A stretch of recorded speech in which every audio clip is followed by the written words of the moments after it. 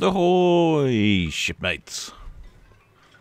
Something different for the channel today. It's a very different ship.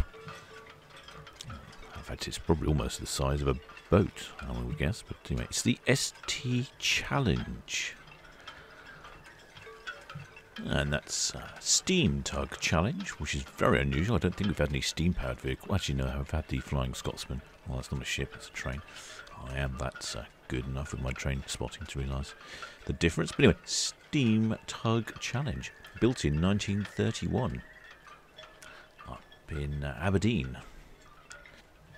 Now, it's the first time I've seen the ST Challenge for quite a while. I guess now that lockdown is easing, they're preparing for a summer season on the water. Time for a snap. Look at that. We've got the Norwegian Bliss in the background and the ST Challenge in front of us here. I'd say for a steam tug, she's generally producing not a lot of smoke, although I don't know her fuel system. It could be that she's oil-fired. I suspect that might be the case rather than coal-fired. I'm not an expert on steam tugs. You can see the water here is very emeraldy today.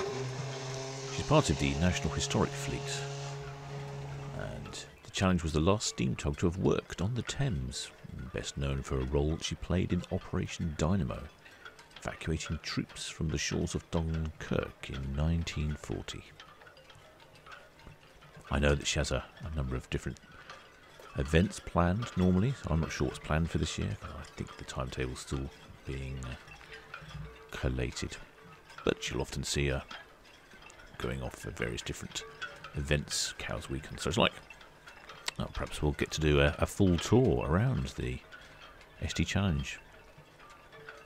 That'll be good, wouldn't it? Something a little different. Well, just a quick one today, shipmates. I just happened to see her in passing. Until next time.